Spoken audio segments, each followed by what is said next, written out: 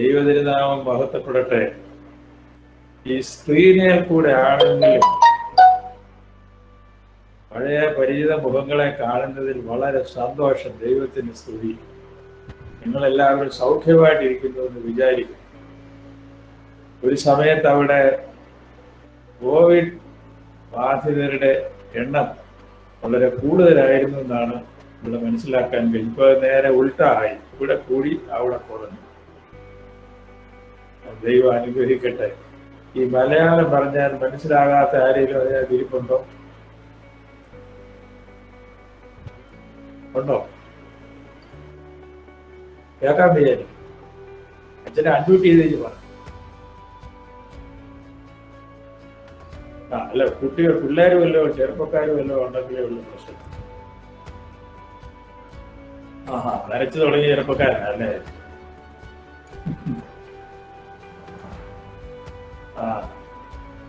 ഇടവകയും ചെറുപ്പമാണ്, വിചാരിയും ചെറുപ്പമാണ്.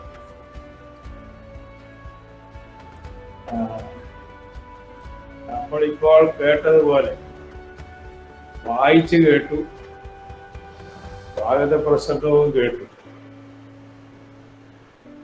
പാട്ട് പാടിയതും കേട്ടു.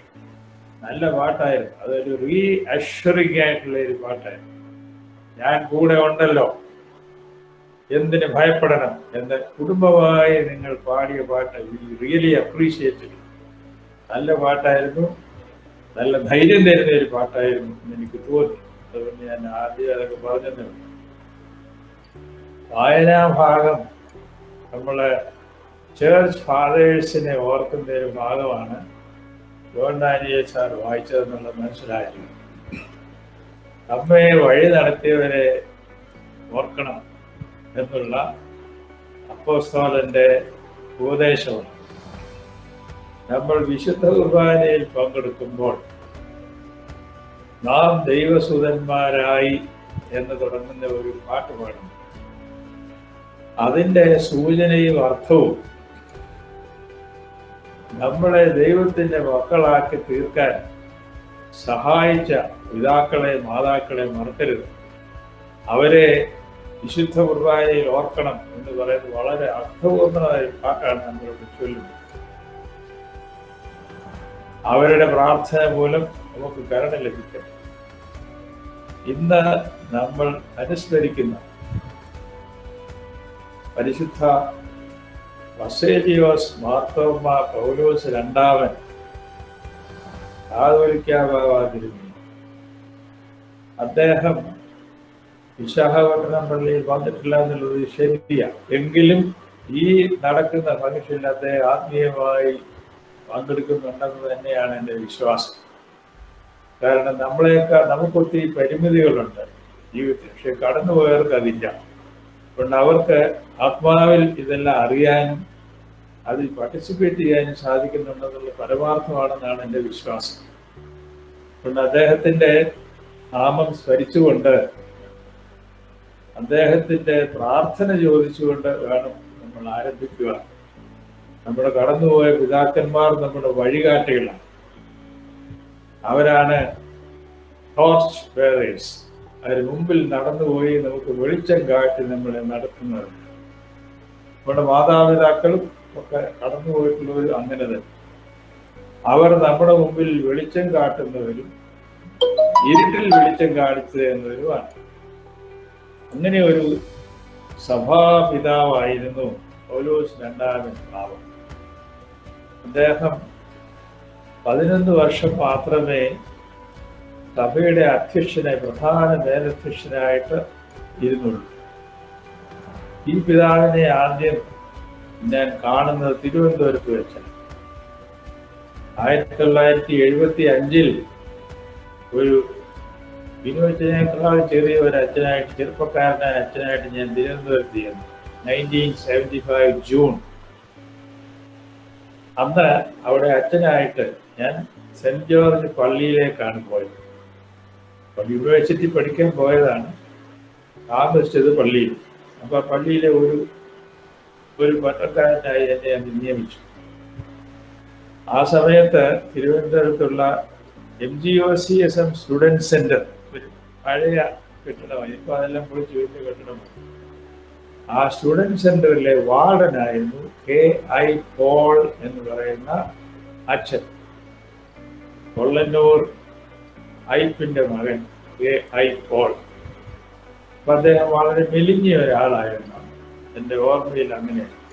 അപ്പൊ അദ്ദേഹം പള്ളിയിൽ നിന്നൊക്കെ അടുത്താണ്. അപ്പൊ പള്ളിയിൽ വരും, സംസാരിക്കും. എനിക്ക് അദ്ദേഹത്തെ പ്രത്യേകിച്ച് പരിചയമില്ല. അങ്ങനെയാണ് ആദ്യമായിട്ട് അദ്ദേഹത്തെ ഞാൻ കാണുന്നത്. അതിന് മുമ്പ് കണ്ടതായിട്ട് എനിക്ക് ഓർമ്മയില്ല. അതിനുശേഷം അദ്ദേഹം പഠനമൊക്കെ ഒരുപാട് തൃശ്ശൂര് കോളേജിലൊക്കെ പഠിച്ച ആളാണ്. അതിനുശേഷം എറണാകുളം സെയിന്റ് മേരീസ് പള്ളിയിലെ സഹവികാരിയായിരുന്നു 7 വർഷം. അക്കാലത്ത് അദ്ദേഹത്തെ ഞാൻ അവിടെ കണ്ടിട്ടുണ്ട്. കോട്ടിയെട്ടി പള്ളി എന്ന് പറയുന്ന എറണാകുളത്തെ സെയിന്റ് മേരീസ് കത്തീഡ്രൽ, അവിടെ അദ്ദേഹം പള്ളിയിൽ താമസിക്കുകയാണ്.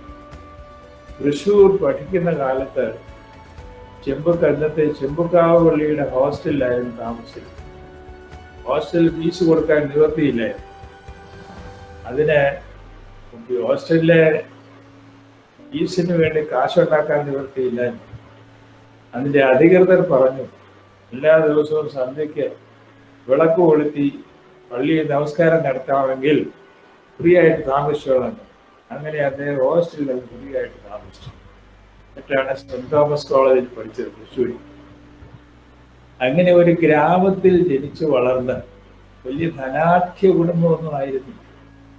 ഒരു ഗ്രാമത്തിൽ ജനിച്ചു വളർന്നുകൊണ്ട് ഗ്രാമത്തിന്റെ വിശുദ്ധിയും ലാവണ്യവും നൈർമല്യവും ഒക്കെ അദ്ദേഹത്തിന് തുടക്കം മുതൽ അവസാനം വരെ ഉണ്ടായിരുന്നു. അത് മനസ്സിൽ നിന്ന് പോയി. അപ്പോൾ ഗ്രാമത്തിൽ ജനിച്ചു വളർന്നുകൊണ്ട് അതിന്റെ വിശുദ്ധിയും നൈർമല്യവും നേർബുദ്ധിയും വളവില്ലാത്ത ബുദ്ധിയും ഒക്കെ അദ്ദേഹത്തിൽ കണ്ടിട്ടുണ്ട്. ഇപ്പൊ എറണാകുളത്ത് താമസിക്കുന്ന സമയത്ത് പള്ളിയിൽ താമസിച്ച സമയത്താണ് പരിശുദ്ധ ബസേലിയോസ് മാത്യൂസ് പ്രഥമൻ ബാവ, പട്ടക്കുന്ന ബാവ ആ പള്ളിയിൽ പലപ്പോഴും ഇങ്ങനെ വരുമായിരുന്നു. അങ്ങനെയാണ് ഈ K.I. പോളച്ചനെ ബാവാജിനെ കാണുകയും കണ്ടുപിടിക്കുകയും ചെയ്തു. അന്നത്തെ പോളച്ചനിൽ നല്ല മീശ ഇങ്ങനെ വളർത്തിയിടും സ്കൂൾ പേരാണ് അച്ഛൻ യാത്ര. അപ്പൊ അച്ഛനിൽ ഒരു സഭാ നേതാവിനെ പട്ടക്കുന്ന ബാവ കണ്ടു എന്ന് പറയുന്നതാണ് വാസ്തവം.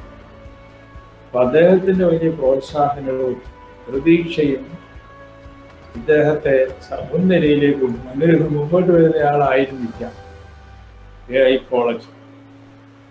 നെടുകുന്നേബാവയുടെ പ്രോത്സാഹനം വളരെ അതിന് സഹായിച്ചു. 38 വയസ്സായിട്ടില്ല, 36 വയസ്സായപ്പോഴേ അദ്ദേഹത്തെ മേൽപ്പട്ടക്കാരനാക്കാൻ വട്ടക്കുന്നേബാവതിന് ആനയിക്കാൻ പറ്റി പറഞ്ഞു. 5 പേരെ മേൽപ്പട്ടക്കാരാക്കി 1985 മാവേലിക്കര വെച്ചായിരുന്നു ഇലക്ഷൻ. അതിനു മുമ്പുള്ള മാനേജിംഗ് കമ്മിറ്റിയിൽ 40 വയസ്സെങ്കിലും ആയിരിക്കണമെന്നാണ് ആരം. ഇപ്പൊ മാനേജിംഗ് കമ്മിറ്റിയിൽ ആരാണ്? ബാബാതിരുമേനി ഇത് 40 വയസ്സായിട്ടില്ല. അപ്പൊ കുന്നംകുളത്തുനിന്ന് ഒരാളെ വളരെ അപൂർവം അവിടെ നിന്ന് വരുന്നത്. അപ്പൊ ബാബായുടെ മറുപടി വളരെ രസകരമാണ്. അത് സാരമില്ല, 4 വർഷം കഴിഞ്ഞാൽ 40 വയസ്സായിക്കോളൂ എന്ന് പറഞ്ഞു. അങ്ങനെയാണ് അദ്ദേഹത്തെ അന്ന് തെരഞ്ഞെടുത്തത്. കുന്നംകുളത്ത് നിന്ന് ഇതിനു മുമ്പ് 2 വലിയ പിതാക്കന്മാർ അദ്ദേഹത്തിന് ഉണ്ടായിട്ടുണ്ട്. പുലിക്കോട്ടിൽ ജോസഫ് ദിവന്നാസ്യൂസ് ഒന്നാമൻ, പുലിക്കോട്ടിൽ ജോസഫ് ദിവന്നാസ്യൂസ് രണ്ടാമൻ. ഈ 2 പിതാക്കന്മാർ മലങ്കര മെത്രാപ്പോലീത്തമാരായി. ഇതിൽ ഒന്നാമൻ തിരുമേനി, രണ്ടാമൻ തിരുമേനി കവറടങ്ങിയിരിക്കുന്നത് പഴയ സെമിനാരിയിലാണ്. ഒന്നാമൻ തിരുമേനിയാണ് കോട്ടയത്തെ തിയോളജിക്കൽ സെമിനാരി സ്ഥാപിച്ചയാൾ. ഇന്ന് കാണുന്ന പഴയ സെമിനാരി എന്ന് പറയുന്നതിന്റെ സ്ഥാപകനാണ് പുലിക്കോട്ടിൽ ജോസഫ് ദിവന്നാസ്യൂസ് ഒന്നാമൻ. രണ്ടാമൻ തിരുമേനി അഗാധ ബുദ്ധിമാനായിരുന്നു. ആദ്യത്തെ ഒന്നാമൻ തിരുമേനി ഒരു സന്യാസിയായിരുന്നു, ഉത്തമനായ ഒരു സന്യാസി, പരിശുദ്ധനായ ഒരു മനുഷ്യനാണ്. രണ്ടാമൻ തിരുമേനിയാണ് കോട്ടയത്തെ MD സെമിനാരി സ്ഥാപിച്ചതും പരമല സെമിനാരി സ്ഥാപിച്ചതും അദ്ദേഹമാണ്. അദ്ദേഹം പറഞ്ഞ ഇന്ത്യ മഹാരഥന്മാരായ ഈ 2 പിതാക്കന്മാർ. പരമല തിരുമേനിയെ അങ്ങോട്ട് പറഞ്ഞു വിട്ട, പരമലയ്ക്ക് താമസിക്കാൻ വിട്ടതൊക്കെ ഈ പുലിക്കോട്ടിൽ ജോസഫ് ദിവന്നാസ്യൂസ് രണ്ടാമൻ പിതാവാണ്. അതിനു മുമ്പ് വെട്ടിക്കൽ തേറായിലായിരുന്നു പരമല തിരുമേനി താമസിച്ചത്. അദ്ദേഹത്തെ പരമലയ്ക്ക് പറഞ്ഞു വിടുകയും അവിടെ ഒരു സെമിനാരി ആരംഭിക്കാൻ വേണ്ടി നടപടികളായി. അതെല്ലാം ചെയ്തത് ഭ്രാന്തദർശിയായ വിളിക്കോട്ടിൽ ജോസഫ് രണ്ടാമൻ തിരുമേനിയാണ്. മൂന്നാമത് കുന്നംകുളത്ത് വന്നയാള് ഈ പൗലോസ് രണ്ടാമൻ ബാവായാണ്. നാലാമത്തെ ആൾ ഇപ്പോഴത്തെ നമ്മുടെ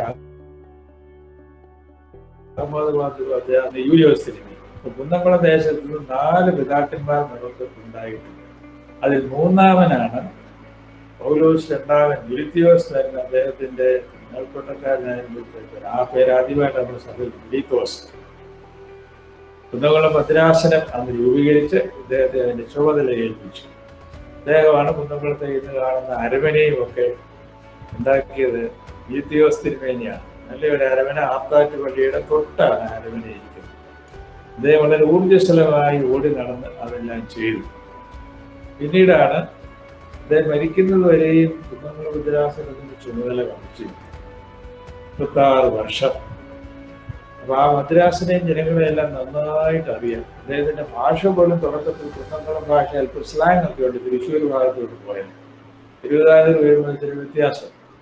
എന്നാൽ അദ്ദേഹം ഒരുപാട് എറണാകുളത്തൊക്കെ താമസിച്ചുകൊണ്ട് തെക്കുള്ള മലയാളം നന്നായി അദ്ദേഹം പഠിച്ചു. രണ്ടും അറിയാം. നമ്മൾ തൃശ്ശൂർ ഭാഷ അറിയാം, തിരുവല്ല ഭാഷയും ഒന്നുപോലെ കൈകാര്യം ചെയ്യാൻ അദ്ദേഹം കഴിയുമായിരുന്നു. 11 വർഷം അദ്ദേഹം സഭയുടെ പ്രധാന മേലധ്യക്ഷനായിരുന്നു. സഭ അദ്ദേഹത്തെ കണ്ടുപിടിച്ചു. അദ്ദേഹത്തെ സഭ കണ്ടുപിടിച്ച് ഏൽപ്പിച്ച ഒരു ജോലിയാണ് സഭയുടെ പ്രധാന മേലധ്യക്ഷ സ്ഥാനം. അദ്ദേഹം പ്രതീക്ഷിച്ചിരുന്നതല്ല. അങ്ങനെ ഒരു സ്ഥാനത്ത് വന്നിട്ട് ഈ കുന്നംകുളത്ത് വന്നയാൾ അദ്ദേഹത്തിന് ആദ്യം വലിയ പേടിയായിരുന്നു. എന്നെ കൊണ്ട് സാധിക്കുമോ, അതിൻ്റെ എനിക്ക് പേടിയാകുന്നതൊക്കെ പറയുന്നത്. പക്ഷേ ദൈവം അദ്ദേഹത്തെ നടത്തി ശക്തിപ്പെടുത്തി എന്നുള്ളതാണ് പരമാർത്ഥം. ഒരു വാചകത്തിൽ പറഞ്ഞാൽ his holiness was a man of prayer. വേറെ അദ്ദേഹം വലിയ ഒരു ധാടിയായിട്ട് സംസാരിക്കുന്നയാളോ വലിയ ഓർഗനൈസറോ ഓറേറ്ററോ ഒന്നുമല്ല. But he was a man of prayer and a good Christian. ഒരു നല്ല ക്രിസ്ത്യാനി, പ്രാർത്ഥിക്കുന്ന ഒരു മനുഷ്യൻ.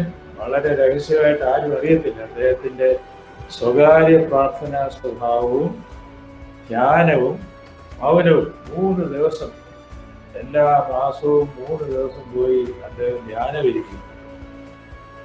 ഈ കോട്ടയത്ത് ഈവാനിയോസ് തിരുമേനി സ്ഥാപിച്ച ബസേലിയോസ് തയ്യാറായി അത് കൃത്യമായിട്ട് എല്ലാ മാസവും പോയിരിക്കും. ഒരുപാട് പ്രയാസങ്ങളൊക്കെ സഭയിലുണ്ടായ സമയത്തും അദ്ദേഹത്തെ ബലപ്പെടുത്തിയത് ഈ പ്രാർത്ഥനയും ധ്യാനവും ആയിരുന്നു. അത് അടുപ്പമുള്ളവർക്ക് മാത്രം അറിയാം. ഇതൊന്നും അദ്ദേഹം വെളിപ്പെടുത്തുകയില്ല. വളരെ ലളിതമായിട്ട് ജീവിച്ചെന്ന് പറയുന്നത്. അത് മാത്രമല്ല, പണത്തിനോട് ഒരു ആർത്തിയും ഉണ്ടായിരുന്നു. ഒരിക്കലും അദ്ദേഹത്തിന് പണത്തിനോട് ആർത്തിയില്ല. നല്ലൊരു ഹോസ്റ്റായിരുന്നു അദ്ദേഹം.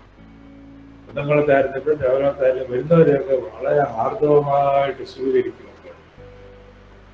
സഭയുടെ വിശ്വാസവും ഒക്കെ അത് അഭംഗരം കാത്തു സൂക്ഷിക്കണം നിർബന്ധമുണ്ടായിരുന്നു. വളരെ സ്നേഹമായും പുഞ്ചിരിയോടും അദ്ദേഹത്തിന്റെ മുഖത്ത് നോക്കിയാൽ അറിയാം. വളരെ വെരി പ്ലസന്റ് ആണ് എപ്പോഴും മുഖത്ത് നോക്കിയാൽ. അത് അവസാനം വരെ ഉണ്ടായിരുന്നു. മരിക്കുന്നത് വരെ ഈ ജൂലൈ മാസം 12-ാം തീയതി വെളുപ്പിനെ 3:30 മണിക്ക് 3:35 മരിക്കുന്നത് വരെ ആ മുഖത്ത് പ്രസന്ന ഭാവമുണ്ടായി. പഴയ നിയമത്തിൽ മോസസ് എന്ന ആളിനെ നമ്മൾ പരിചയപ്പെട്ടു. അദ്ദേഹവും ആള് മോശമല്ല. എന്നാൽ ഈ യഹോവ വിളിച്ച് ലീഡർഷിപ്പ് കൊടുക്കാന്ന് പറഞ്ഞപ്പോൾ എനിക്ക് വേണ്ട, എന്നെ കൊണ്ട് ഒക്കുകയില്ല, എനിക്ക് സംസാരിക്കാൻ അറിയാൻ വേണ്ട എന്നൊക്കെ പറഞ്ഞ് ഒഴിഞ്ഞു മാറിയ ആളാണ്. പക്ഷെ ആ മോശയെ ദൈവം ബലപ്പെടുത്തി. കൂടെ അഹ്റോനെ കൊടുക്കുന്നു. മോശയ്ക്ക് സംസാരിക്കാൻ സ്റ്റാമറിംഗ് ഒക്കെ ഉണ്ടെങ്കിൽ അഹ്റോൻ സംസാരിച്ചോളെന്ന് പറഞ്ഞ് കൂട്ടുകാരനെ കയ്യിലൊരു വടി, ഒരു കമ്പ് കൊടുത്തു. മോശയെ ബലപ്പെടുത്തി ദൈവം പൗലോസ് രണ്ടാമൻ ബാവയെയും ബലപ്പെടുത്തി. അങ്ങനെ അദ്ദേഹം സാധാരണ ബലഹീനൻ എന്നൊക്കെ എല്ലാവരും പറയും. മാത്യുസീതിയൻ ബാവ കൂടെ പോയാണ് ബലഹീനനാണ്. അങ്ങനെയുള്ള ബലഹീനത അല്ലി പറയും. ബലഹീനനെ ബലപ്പെടുത്തി സഭയുടെ ഒരു സ്ഥാനത്തെത്തി കഴിഞ്ഞാൽ പിന്നെ അവരെ നിയന്ത്രിക്കുന്നത് പരിശുദ്ധാത്മാവാണ്. അങ്ങനെ ആയിരിക്കണം. അതാണ് സഭയുടെ ബലം. പണമല്ല സഭയുടെ ബലം, വലിയ കെട്ടിടങ്ങളല്ല സഭയുടെ ബലം, പ്രാർത്ഥിക്കുന്ന മനുഷ്യൻ. അതിന് നമ്മുടെ തലമുറയിൽ നല്ല ഒരു ഉദാഹരണമായിരുന്നു ഈ ജൂലൈ മാസം 12-ാം തീയതി ദിവംഗതനായ മാർത്തോമാ പൗലോസ് രണ്ടാമൻ ബാവാതിരുന്നു. ഏകദേശം 2 വർഷത്തോളം രോഗബാധിതനായിരുന്നതൊക്കെ നമുക്കറിയാം. എന്നാൽ ഒരു ശരീരത്തിന് ഒരു ക്ഷീണം വന്നാൽ ആരെയും അറിയിക്കുന്നു. ഈ രോഗം വന്നാൽ അതിട്ട് വളരെ കൂളായിട്ട് അതുകൊണ്ട് വളരെ വേഗം അത് അക്സെപ്റ്റ് ചെയ്യും. ഇതൊരു മാരകമായ രോഗമാണെന്നുള്ള സത്യമൊക്കെ അദ്ദേഹം അക്സെപ്റ്റ് ചെയ്യും. പിന്നെ ചോദിച്ചാൽ പറയും, എനിക്ക് ഈ രോഗമൊന്നും സാരമില്ല, സഭയെ കുറിച്ച് മാത്രമാണ് എൻ്റെ ചിന്ത. ജീവിക്കുന്നിടത്തോളം ജീവിക്കും, സഭയാണ് വലുത്. മരിക്കുന്ന എപ്പോഴാണെന്ന് വെച്ചാൽ മരിച്ചോട്ടെ. തന്നെയുമല്ല, ഞാൻ ശ്രദ്ധിച്ച ഒരു കാര്യം, അദ്ദേഹം ഇപ്പൊ മരിക്കുമെന്നുള്ള ഉറപ്പാണ്. ഈ രോഗമുണ്ട്, എനിക്ക് കോവിഡ് വന്നു, അത് മാറിക്കഴിഞ്ഞപ്പോൾ പിന്നെ ന്യൂമോണിയ പിടിച്ചു, ലംസിനെ ബാധിച്ചതൊക്കെ ശരിയാണ്. എങ്കിലും അദ്ദേഹം നല്ലതുപോലെ പ്രിപ്പയർ ചെയ്ത് മരിക്കാൻ ഇത് നമ്മൾ ശ്രദ്ധിക്കുന്നു. ജീവിക്കാൻ വേണ്ടി തത്രപ്പെടുന്ന നമ്മൾ മരിക്കാൻ വേണ്ടി ഒരുക്കാറില്ല, സാധാരണ പേടി. എന്നാൽ ഇദ്ദേഹത്തെ സംബന്ധിച്ചിടത്തോളം ഷുവറായിട്ട് മരിക്കുമെന്നറിയും. മരണം അടുത്തടുത്ത് വരുന്നതായിട്ടറിയും. നല്ലതുപോലെ അദ്ദേഹം വരും. ആരോടെങ്കിലും ഈർഷ്യ ഉണ്ടായിരുന്നെങ്കിൽ അവരെല്ലാം വിളിച്ച് സന്തോഷമായിട്ട് നല്ല റിലേഷൻഷിപ്പ് അദ്ദേഹം റീറ്റെയിൻ ചെയ്തു. എത്രയോ പേരുമായിട്ട് വിളിച്ച് സംസാരിച്ച് അദ്ദേഹത്തിന്റെ കയ്യിലുണ്ടായിരുന്ന കാപ്പയും മാലകളെല്ലാം ഓരോരുത്തർക്കും കൊടുത്തു. വലിയ സന്തോഷമായിട്ട് അപ്പൊ നല്ല വണ്ണം ഒരുങ്ങി, ഒരു ബാധ്യതയില്ലാതെ, ഒരു ഭാരമില്ലാതെ വളരെ ശാന്തനായിട്ട് അദ്ദേഹം കടന്നുപോയി. ഞാൻ 8 ദിവസം അവസാനം അദ്ദേഹത്തിന്റെ കൂടെ ഹോസ്പിറ്റലിൽ ആ മുഖത്ത് നോക്കിയാൽ ഒരു ഭാവവ്യത്യാസമാണ്. എപ്പോഴും ആ ദീപ്തമായ മുഖമാണ്, നല്ല പ്രകാശം നിറഞ്ഞൊരു മുഖമാണ്. അപ്പൊ അത് എവിടെ നിന്ന് കിട്ടിയെന്നൊക്കെ ഞാൻ ചിന്തിക്കുക. ഇപ്പൊ മോശ ഇറങ്ങി മലയിൽ നിറങ്ങുന്നത് മോശയുടെ മുഖം പ്രകാശിതമായി. അതുപോലെ ഇദ്ദേഹത്തിന്റെ മുഖത്ത് ഒരു അഭൗമമായ ഒരു അണ്ണേർത്തിലി ആയിട്ടുള്ളൊരു ഗ്ലോ കാണാൻ പറ്റും. മരിക്കുന്നവരുത്താണ്, മരിച്ചു കഴിഞ്ഞിട്ടുണ്ട്. അദ്ദേഹത്തെ കാപ്പയെല്ലാം ഞങ്ങളെല്ലാം കൂടി ഇടിച്ച് കൊണ്ടുതന്നെ ഞാനൊരു ഫോട്ടോ എടുത്തു. ആ ഫോട്ടോ എൻ്റെ ഫോണിനകത്തിരിക്കുന്നു. ആ ഗ്ലോ അന്നേരവും പോയിരുന്നില്ല. അപ്പൊ ആരാണോ മരിക്കാൻ വേണ്ടി ഒരുങ്ങുന്നത് അവർക്ക് ഒരു ഭീതിയില്ലെന്ന് മാത്രമല്ല, സന്തോഷമായിട്ടാണ് കടന്നത്. പ്രത്യേകിച്ച് സന്യാസ ജീവിതം തിരഞ്ഞെടുത്തവരാണല്ലോ ഇവരൊക്കെ. നമ്മുടെ മേൽപ്പെട്ടക്കാരെല്ലാം സന്യാസിമാരാണ്. അപ്പൊ അവർക്ക് ഒരു വിഷൻ, ദർശനം ഈ ലോകത്തെ കുറിച്ച് മാത്രം ആയിരിക്കാൻ പാടില്ല. അതിനപ്പുറത്തുള്ള കാര്യങ്ങളെ കുറിച്ച് ചിന്തിക്കണം. അതാണ് അവരുടെ ഫോർട്ടേ എന്ന് പറയുന്നത്. അപ്പൊ ഈ പിതാവിനെ സംബന്ധിച്ചിടത്തോളം അദ്ദേഹം ഈ prepared himself for his physical end. നന്നായിട്ട് പ്രിപ്പയർ ചെയ്യും. ഇതാണ് എന്നെ വളരെ ആകർഷിച്ചു വരുന്നത്. But is very simple. അങ്ങനെ ഇല്ലാത്തതുണ്ടെന്ന് ഭാവിക്കുകയോ ഒരു വലിയ അഡ്മിനിസ്ട്രേറ്റർ ആണെന്ന് പറയുകയോ ഒന്നും ചെയ്യില്ല. അങ്ങനെ അദ്ദേഹം അല്ല. അങ്ങനെ ആണെന്ന് വേണ്ടി നടിക്കാൻ നാട്യമെന്ന് പറഞ്ഞ ഇല്ല അദ്ദേഹം. പിന്നെ വളരെ നയജ്ഞായ ഡിപ്ലോമസി, അതും അറിയാൻ പറ്റും. ഒരു ഡിപ്ലോമസി അറിയുന്നത് സ്ട്രേറ്റ് ഫോർവേഡ് ആണ് തിങ്കിങ്, സ്ട്രേറ്റ് ഫോർവേഡ് ആണ് ഈ സ്പീച്ച്. അത് പലർക്കും മനസ്സിലായി, പലർക്കും മനസ്സിലായില്ല, പലരും തെറ്റിദ്ധരിക്കുകയൊക്കെ ചെയ്തു. പക്ഷേ he was what he was. വളരെ സിമ്പിൾ ആൻഡ് സ്ട്രേറ്റ് ഫോർവേഡ് ആയിട്ടുള്ള ഒരാൾ. അദ്ദേഹം ഇങ്ങനെയാണെങ്കിൽ വലിയൊരു അസറ്റാണ് സഭയ്ക്കെന്നാണ് എൻ്റെ വിശ്വാസം. കാരണം 11 വർഷമേ സഭയ്ക്ക് നിലധ്യക്ഷനായിരുന്നുവെങ്കിലും വളരെ നിർണായകമായ കാര്യങ്ങളൊക്കെ അദ്ദേഹത്തിൻ്റെ ദൈവകൃപ എന്ന് പറഞ്ഞാൽ മതിയല്ല. ഒരു പുൽക്കൊടിയെ എടുത്ത് അതിനെ ശാക്തീകരിക്കാൻ കഴിയുന്നവനാണ്. അത് ആരും ആയിക്കൊള്ളട്ടെ. ഒരു കഴിവില്ലാത്ത ആളായിരിക്കാം, പക്ഷെ ദൈവത്തിന്റെ കൈ കിട്ടിക്കഴിഞ്ഞാൽ അതൊരു രത്നമായിട്ട് മാറും. അതിനുള്ള പ്രത്യക്ഷമായ എക്സാമ്പിളാണ് നമ്മൾ ഒരു സിമ്പിൾ വില്ലേജ്. അവിടെ നിന്ന് വന്നൊരു മനുഷ്യനാണ്. മങ്ങാട് എന്നാണ് ആ ഗ്രാമത്തിന്റെ പേര്. എപ്പോഴും അതൊരു ഗ്രാമം തന്നെ. മങ്ങാട് ജനിച്ചു വളർന്ന, സാധാരണ പള്ളിക്കൂടത്തിൽ പഠിച്ച് വളർന്നിട്ട് പിന്നെ എങ്ങനെയോ തൃശ്ശൂരിൽ പഠിച്ച് എറണാകുളത്ത് വന്നതാണ് വലിയൊരു ചേഞ്ച് ഉണ്ടാക്കിയത്. ഈ എറണാകുളത്തെ 7 വർഷത്തെ താമസവും ആ പള്ളിയിലെ ശുശ്രൂഷയുമാണ് അദ്ദേഹത്തിന് വല്ലായിട്ട് ട്രാൻസ്ഫോം ചെയ്ത ഒരു വലിയ ശക്തി. കാരണം ഞാൻ വേറെ ഒരിടത്ത് പറഞ്ഞതുപോലെ എറണാകുളം സെന്റ് മേരീസ് പള്ളിയും ന്യൂഡൽഹിയിലെ ഓസ്കാർ സെന്റ് മേരീസ് പള്ളിയും 2 പ്രത്യേക ഇടവകളാണ് നമ്മുടെ സഭയിൽ.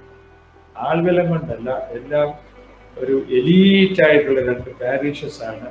ന്യൂഡൽഹി ഓസ്കാർ സെന്റ് മേരീസ് ഇടവകയും എറണാകുളം സെന്റ് മേരീസ് ഇടവകയും. അവിടെ നല്ല മനുഷ്യർ, നല്ല പ്രാർത്ഥിക്കുന്ന മനുഷ്യരുണ്ട്, വലിയ വലിയ ഉദ്യോഗസ്ഥന്മാരുണ്ട്, ജഡ്ജിമാരുണ്ട്, വക്കീലന്മാരുണ്ട്, ഡോക്ടർമാരുണ്ട്, വലിയ സമൂഹത്തിലെ വലിയ ആളുകളുണ്ട്, സാധാരണക്കാരുണ്ട്. നല്ല ആറ്റ്മോസ്ഫിയറാണ്, ഡിവൈൻ അറ്റ്മോസ്ഫിയർ. ഈ 2 സ്ഥലത്ത് ഞാൻ കണ്ടിട്ടുണ്ട്.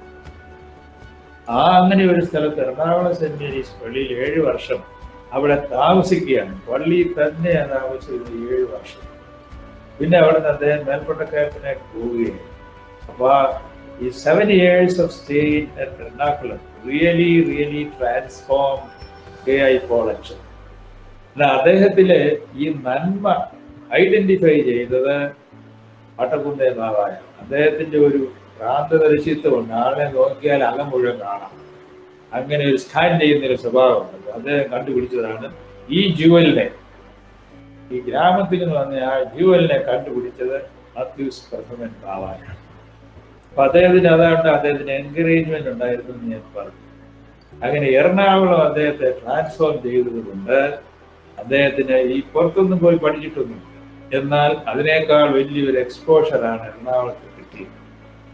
അപ്പൊ തുടങ്ങിയ ഗ്രാമത്തിൽ തുടങ്ങി എറണാകുളത്ത് വന്നു. പിന്നെ കുന്നംകുളം ഭദ്രാസനത്തിൽ ചുമതലയായി. വളരെ ഭംഗിയായിട്ട് അദ്ദേഹം നടത്തി. എങ്ങനെയാണെന്നറിയാമോ? കുന്നംകുളം ഭദ്രാസനത്തിന്റെ ചുമതല ഏൽപ്പിച്ച് വിടുന്ന സമയത്ത് വട്ടപ്പുറന്നേവാട് വേറെ ഏതൊരു ഭദ്രാസനം തന്നെ, ഞാൻ എൻ്റെ വീടൊക്കെ ഇരിക്കുന്ന ഭദ്രാസനം, വേറൊരു ഭദ്രാസനെ കൊള്ളാമെന്ന് ധൈര്യമായിട്ട് പോകും. അവിടെ പ്രായമുള്ള അച്ഛന്മാരൊക്കെ ഉണ്ട്, സൂക്ഷിച്ചുകൊണ്ട് അവരെ ഒന്നും ഉപദ്രവിക്കാൻ പോയേക്കരുത് എന്നൊക്കെ ഉപദേശം കൊടുത്തേച്ച് പോകാന്നതിനെ പറഞ്ഞു. എന്തെങ്കിലും പ്രയാസം ഉണ്ടായാൽ ഞാനിവിടെ ഉണ്ടെന്ന് വിചാരിച്ചോളാം, ഞാൻ ദേവലോകത്തുണ്ടെന്ന് പറഞ്ഞു. അതൊരു വലിയ ഉറപ്പായിട്ട് അദ്ദേഹം ഇന്നിപ്പോഴും പറയും. എന്നെ പറഞ്ഞു വിട്ട അവസാനം പറഞ്ഞ വാക്കില്ല, ഉത്തരാജ പൊക്കോ, ഓർത്തോണം, എന്ത് വിഷമം വന്നാലും ഞാനിവിടെ ദേവലോകത്തിരിപ്പുണ്ടെന്ന് ഓർത്തോണം. അത് അദ്ദേഹം ഒരിക്കലും പറഞ്ഞില്ല. അപ്പം അതിസ്ഥിതൻ ബാബായ ഒരു ആദർശ പുരുഷനായിട്ടാണ് കണ്ടത്. അദ്ദേഹത്തിന്റെ ആ ഭരണപാഠവും ഒക്കെ ഒരു മോഡലായിട്ട് അദ്ദേഹം കണ്ടിരുന്നു. ഒരു അസാധാരണ മനുഷ്യനായിരുന്നല്ലോ പരിശുദ്ധ മാത്യൂസ് പ്രഥമൻ ബാബ. അപ്പൊ അദ്ദേഹത്തിന്റെ അഡ്മിനിസ്ട്രേഷനുള്ള പ്രത്യേകതകളൊക്കെ ചെങ്ങന്നൂര് അത്താരാശ്രമേനെയും ഒക്കെ ആകർഷിച്ചത് ഇതായിരുന്നു. ഈ കാര്യം ഞങ്ങളെയൊക്കെ ആകർഷിച്ചതാണ്. എന്നാൽ ഇദ്ദേഹം പല നമ്മുടെ അവിടുത്തെ വികാരിയായിരുന്ന, വിശാഖപട്ടണത്തെ വികാരിയായിരുന്ന കുര്യാക്കോസച്ചൻ, അദ്ദേഹം കടന്നുപോയല്ലോ, ഞാൻ അടക്കത്തെ സംബന്ധിച്ചു. കുര്യാക്കോസച്ചനെ കോയമ്പത്തൂർ പള്ളി വികാരിയായിട്ട് വിട്ടു. അപ്പൊ അച്ഛനൊന്ന് മടിച്ചു. എന്നെ പറഞ്ഞു, ഞാൻ ധൈര്യമായിട്ട് പൊക്കോളൂ, ഞാനിവിടെ ഇരിക്കൊണ്ടെന്ന് ഓർത്തോളൂ എന്ന് പറഞ്ഞു. ആ വാക്ക് കേട്ടുണ്ട് കുര്യാക്കോസച്ചൻ കോയമ്പത്തൂർ എന്നോട് പറഞ്ഞിട്ടുള്ളത് ഞാൻ ഈ പറഞ്ഞു. അങ്ങനെ വലിയ അഷ്വറൻസ് കൊടുക്കുന്നയാളായിരുന്നു മാത്യൂസ് പ്രഥമൻ. അപ്പൊ അത് കേൾക്കാനൊരു ഭാഗ്യം ഇദ്ദേഹത്തിനുണ്ടായി. ഞങ്ങളെയൊക്കെ ഞാൻ തിരുവനന്തപുരത്ത് പള്ളിയിൽ ഒരു സഹവിചാരിയായിരുന്നു പഠിക്കാൻ പോയ സമയത്ത്. അന്ന് എന്നെ വിളിച്ചോണ്ട് വന്നത് ഈ പിതാവ് തന്നെയാണ്, വട്ടക്കുന്നേ ബാബായ. എടോ, തന്നെ സഭയ്ക്ക് വേണം, സഭയ്ക്ക് തന്നെ കൊണ്ട് ആവശ്യമുണ്ട്, പ്രതീക്ഷയുണ്ടെന്ന് പറഞ്ഞ് ചിന്തിച്ചു. അത് അദ്ദേഹത്തിന്റെ ഒരു സ്വഭാവമാണ്. അത് എല്ലാവർക്കും കിട്ടുന്നതല്ല ഈ വിഷൻ. അതിന്റെ ഒരു ഫലം കൂടെയാണ് പൗലോസ് ദ്വിതീയൻ ബാബായ്ക്ക്. അദ്ദേഹത്തിന് തൊട്ട് മുൻഗാമി ദിദിമോസ് ബാബ 5 വർഷം മാത്രമേ ഇരുന്നു, 85 വയസ്സ് മുതൽ 90 വയസ്സ്. പക്ഷേ അദ്ദേഹം വലിയൊരു സന്യാസ പിതാവായിരുന്നു. മൗനത്തെ സ്നേഹിച്ചിരുന്ന പ്രാന്തദർശിയായ പിതാവായിരുന്നു. അങ്ങനെ ഒരാളെ അപൂർവമാക്കിയിട്ട് നൗകൻ പ്രഥമ ബാബ അങ്ങനെയായിരുന്നു. അപ്പൊ അതിന് പിൻഗാമിയായിട്ട് വന്നതാണ് പൗലോസ് ദ്വിതീയൻ ബാബ. അദ്ദേഹത്തെ വാഴ്ച നടത്താനും പ്രായമായെങ്കിലും ദിദിമോസ് ബാബ അവിടെ ഇരുന്നുകൊണ്ടാണ് ഇതൊക്കെ ചെയ്ത പരിമല. അതിന്റെ അനുഗ്രഹമെല്ലാം അദ്ദേഹത്തിന് കിട്ടി. അതുകൊണ്ട് ദൈവാത്മാവിനാൽ നയിക്കപ്പെട്ട ഒരു മനുഷ്യനെയാണ് ഞാൻ കണ്ടത്. സ്വന്തം കഴിവല്ല, അത് നമ്മൾ പ്രത്യേകം ഗ്രഹിക്കണം. സ്വന്തം ബുദ്ധിയിലൂന്നിയല്ല അദ്ദേഹം സഭ ഭരിച്ചത്. സ്വന്തം കഴിവ് എന്തുമാത്രമുള്ള നല്ലപോലെ അദ്ദേഹത്തിന് കഴിവുകളും നല്ലതുപോലെ അറിയാമായിരുന്നു. ലിമിറ്റേഷൻസ്, അവനവന്റെ ലിമിറ്റേഷൻസ് അറിയാത്ത ഒരു മനുഷ്യൻ. അപ്പൊ ഈ പിതാവിന് തന്റെ ലിമിറ്റേഷൻസ് നന്നായിട്ട് ഇല്ലാത്ത ഭാവിക്കുന്നു. അദ്ദേഹത്തെ ബലപ്പെടുത്തിയത് ദൈവാത്മാവാണെന്ന് ഞാൻ സാക്ഷ്യപ്പെടുന്നു. കാരണം ഒരു സാധാരണ ഗ്രാമത്തിൽ വളർന്ന മനുഷ്യൻ സഭയോളം വളർന്നു, സഭയിലെ ഏറ്റവും ഉന്നതമായ സ്ഥാനം വരെയെത്തിയത്. ഹോളി സ്പിരിറ്റ് വാസ് ലീഡിങ് പൗലോസക്കൻ ബാവ എന്ന് ഐ ആം ദ വിറ്റ്നസ്. നമ്മളെല്ലാം വിറ്റ്നസ്സാണ്. അതുകൊണ്ട് ദൈവാത്മാവ് നടത്തി സമയമാകുമ്പോൾ വിളിച്ചുകൊണ്ട് പോകുന്നത് ദൈവമാണ്. അത് ദൈവത്തിൻ്റെ ഇഷ്ടം. എന്നാൽ അദ്ദേഹം സന്തോഷമായി സമാധാനമായി സംസാരിക്കുന്ന സമയത്ത് ഒടുവിൽ ഒരു ആഴ്ച സംസാരിച്ചു. അതിനു മുമ്പ് ചെല്ലുമ്പോൾ ഓരോ കാര്യം അവർ വിളിച്ച് പറയും, അപ്പോൾ ഇങ്ങനെയാണ് അങ്ങനെയാണ് ഒക്കെ എങ്ങനെ പറഞ്ഞു പറഞ്ഞു. അപ്പോൾ അതൊക്കെ അദ്ദേഹത്തിന് മനസ്സിൽ കിടക്കുക, ഇങ്ങനെ വേണം പറഞ്ഞു. അപ്പോൾ നല്ല ബന്ധങ്ങൾ സ്ഥാപിച്ചും പുനഃസ്ഥാപിച്ചും ജീവിതത്തിന്റെ ഭാരമെല്ലാം വിട്ടും വളരെ ലൈറ്റായിട്ടുള്ള മനസ്സോടുകൂടെ അന്ത്യശ്വാസം നയിക്കാൻ സാധിച്ചത് അപൂർവതയാണ്. ആ സിംപ്ലിസിറ്റി കണ്ടത്. അപ്പോൾ കൂടെയുള്ളവർ ചോദിച്ചു, ഒരു വലിയ സാധാരണ തൈലാഭിഷേകം നടത്തുന്ന ഇരിക്കട്ടെ, ഒരു കന്തീല ശുശ്രൂഷ. തൈലാഭിഷേകത്തിന്റെ ഒരു എക്സ്പാൻഡഡ് ഫോമാണ് കന്തീല എന്ന് പറയുന്നത്. അത് കുറെ അധികം സമയമെടുക്കും. അപ്പൊ പറഞ്ഞു, വേണ്ട, എനിക്ക് സാധാരണയുള്ള തൈലാഭിഷേകം മാത്രം മതി. 2-3 പ്രാവശ്യം തൈലാഭിഷേകം സ്വീകരിച്ചു. ഇടയ്ക്കിടയ്ക്ക് കുർബാന സ്വീകരിക്കും. ഇവിടെ ഹോസ്പിറ്റലിൽ തൊട്ട് താഴെ ചാപ്പലുണ്ട്, ഒരു ഓട്ട കൊടുക്കും. അതും തീർന്നില്ല. മരിക്കുന്നതിന് മുമ്പ് പറഞ്ഞു, എൻ്റെ അന്ത്യമൊക്കെ അടുത്തിരിക്കും, ഞാൻ മരിക്കുമ്പോൾ നിങ്ങൾ എന്നെ ഭൂമിക്കോടി റോഡിൽ കൂടെ നടക്കരുത്, പരുമല പള്ളിയിൽ കൊണ്ടുപോകണം. കാരണം അദ്ദേഹത്തിന്റെ വലിയൊരു ആശ്രയമാണ് പരുമല പുണ്യമാണ്. ആ പള്ളിയിൽ കൊണ്ടുപോകണം. അവിടെ നേരെ ദേവലോകത്ത് പോകും. വേറെ സാധാരണ പതിവ് എന്ന് പറയുന്നത് എവിടെ വെച്ച് കാലം ചെയ്താലും പഴയ സെമിനാരിയിൽ കൊണ്ടുപോകും. രാത്രിയിൽ അവിടെ വെച്ചേക്കും. പിറ്റേ ദിവസം കുർബാന കഴിഞ്ഞിട്ട് ഏരിയ കത്തീഡ്രലിൽ കൊണ്ടുപോകും. അവിടെ ദേവലോകത്തുണ്ട്. ഇതാണ് അവിടെ പാരമ്പര്യം. 7 കാവൽ, 8ാമത്തെ കാവലിക്ക് അദ്ദേഹം പറഞ്ഞു, വേണ്ട, എന്നെ ഇവിടെ നിന്ന് പരുമല കൊണ്ടുപോയിട്ട് നേരെ ദേവലോകത്ത് കൊണ്ടുപോകും, കാരണം ഒരിടത്ത് കൊണ്ടുപോയിട്ടാണ് പറഞ്ഞു. എനിക്ക് ആവശ്യമില്ല. നമുക്കുണ്ടായിട്ട് മാത്രമല്ല അദ്ദേഹത്തിന്റെ ആഗ്രഹം. അങ്ങനെ ലളിതമായിട്ട് അദ്ദേഹം ലളിതമായിട്ട് മതി എന്ന് പറഞ്ഞ്. പക്ഷേ നമ്മളൊന്ന് തിരിഞ്ഞു നോക്കിയാൽ ഈ സാധാരണമായി വളർന്ന് വലിയ ആളായ ആളിന്, സാധാരണയായി വളർന്ന ആളിന് കിട്ടിയതുപോലെയുള്ള ആദരവ് ഒരു മനുഷ്യനും ഒരു സഭാധ്യക്ഷനും അടുത്ത കാലത്ത് കിട്ടിയിട്ടില്ല. അദ്ദേഹത്തിന് കിട്ടിയതുപോലെയുള്ള നല്ലൊരു കബറടക്കം, എന്തുമാത്രം അംഗീകാരം. ഓരോ പല പല രാജ്യങ്ങളിലെ സഭകളിലെ അദ്ദേഹത്തിന് കേട്ടറിഞ്ഞിട്ടേ ഉള്ളൂ. ഇപ്പൊ അമേരിക്കൻ പ്രസിഡന്റ് ആയാലും കനേഡിയൻ പ്രൈം മിനിസ്റ്റർ ആയാലും ഓസ്ട്രേലിയയിലെ ലേഡി പ്രസിഡന്റ്, അവരാരും കേട്ടിട്ട് നേരിട്ട് കണ്ടിട്ടില്ല. പക്ഷെ അവരുടെയൊക്കെ സന്ദേശങ്ങൾ വായിച്ചാൽ നമ്മൾ അതിശയിച്ചു. ഇന്ത്യയിലായാലും പ്രധാനമന്ത്രി പ്രസിഡന്റും എല്ലാവരും കണ്ടിട്ടുള്ള, അവർ സംസാരിച്ചു. ഇത്രയും വലിയ ഒരു ആദരവ്, ലോകം മുഴുവന്റെയും ആദരവ് വേറെ ആർക്കും കിട്ടിയിട്ടില്ല അടുത്ത കാലത്ത്. കാരണം ഇത് രാഷ്ട്രീയ നേതാവല്ലല്ലോ. രാഷ്ട്രീയം വന്നെങ്കിൽ രാഷ്ട്രീയക്കാരൻ. ഇത് അങ്ങനെയല്ല. ഒരു ആത്മീയമായ പൗരുഷം കൊണ്ടും അദ്ദേഹത്തിന്റെ ആത്മീയമായ ശക്തി കൊണ്ടുമായിരിക്കണം ഇത്രയും വലിയവരെ എത്ര ഭംഗിയായിട്ടൊരു കബറടക്കം. അത് നമ്മളെ അതിശയിപ്പിക്കും. ഇത്രയും ഭംഗിയായിട്ട് ഒരു ഫ്യൂണറൽ വേറെ അടുത്ത കാലത്തൊന്നും ആർക്കും ഒരു സഭയിലും കിട്ടിയിട്ടില്ല. അങ്ങനെ ഒരു ലോകം മുഴുവന്റെയും ആദരവ് വാങ്ങിയ ഒരാളാണ്. ഞങ്ങൾ തന്നെ അന്തിച്ചുപോയി. ഇതെങ്ങനെ ഉണ്ടായെന്നുള്ളത് ആർക്കും അറിയാം. അത് ദൈവത്തിന്റെ നിയോഗമാണ്. നമ്മുടെ അത്ര വലിയ സഭയൊന്നുമല്ല. പക്ഷെ മറ്റേ ഓർത്തഡോക്സ് സഭകളെല്ലാം തന്നെ അവരുടെ സന്ദേശവും അനുശോചനം മുഴുവൻ സഭകൾ വഹിച്ചു.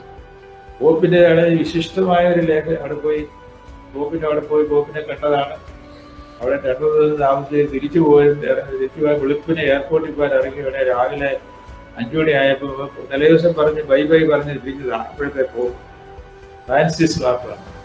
ഇവര് പോകാൻ വണ്ടിയെ കയറാൻ തന്നെ പോപ്പ് ഓടി ഇറങ്ങി വന്നിട്ട് യാത്ര അയക്കാൻ ഉദാഹരണം ചെയ്യുന്നില്ല. പ്രോട്ടോക്കോൾ മുഴുവൻ ലംഘിച്ച് ഇപ്പോഴത്തെ ഫ്രാൻസിസ് പാപ്പ അദ്ദേഹം താമസിച്ച വലിയ ബിൽഡിങ്ങിലല്ല താമസിച്ചത്, അത് വേറൊരു സത്രത്തിൽ. അവിടുന്ന് ഇറങ്ങുന്ന വന്ന് യാത്രയാക്കാൻ വന്നു. വേറെ ആരുടെ അടുത്ത് ചെയ്തിട്ടില്ലെന്ന് ഓർക്കണം. ആദ്യമായിട്ട് കാണുന്നയാളാണ്.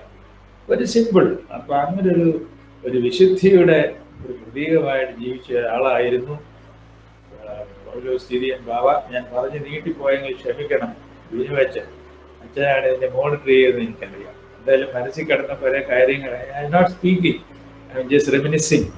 മനസ്സിൽ വന്ന കുറെ കാര്യങ്ങൾ ഇങ്ങനെ പറഞ്ഞതെന്ന് മാത്രമേ ഉള്ളൂ. നമുക്ക് നമ്മുടെ പിതാക്കന്മാർ നമ്മുടെ വലിയ സമ്പത്താണ്.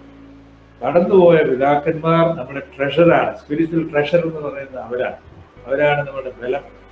അത് വലിക്കാവാ അവിടെ വന്നില്ലെങ്കിൽ അദ്ദേഹം ആത്മീയമായി അവിടെ വന്നിട്ടുണ്ടെന്ന് തന്നെയാണ് എൻ്റെ വിശ്വാസം. അതുകൊണ്ട് അതിൽ സന്തോഷിക്കുക. അദ്ദേഹത്തെ കുറിച്ച് കുഞ്ഞുങ്ങൾക്ക് പറഞ്ഞു കൊടുക്കും.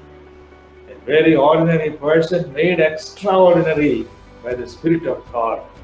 അതാണ് പൗലോസ് സെക്കൻഡ് പവർ.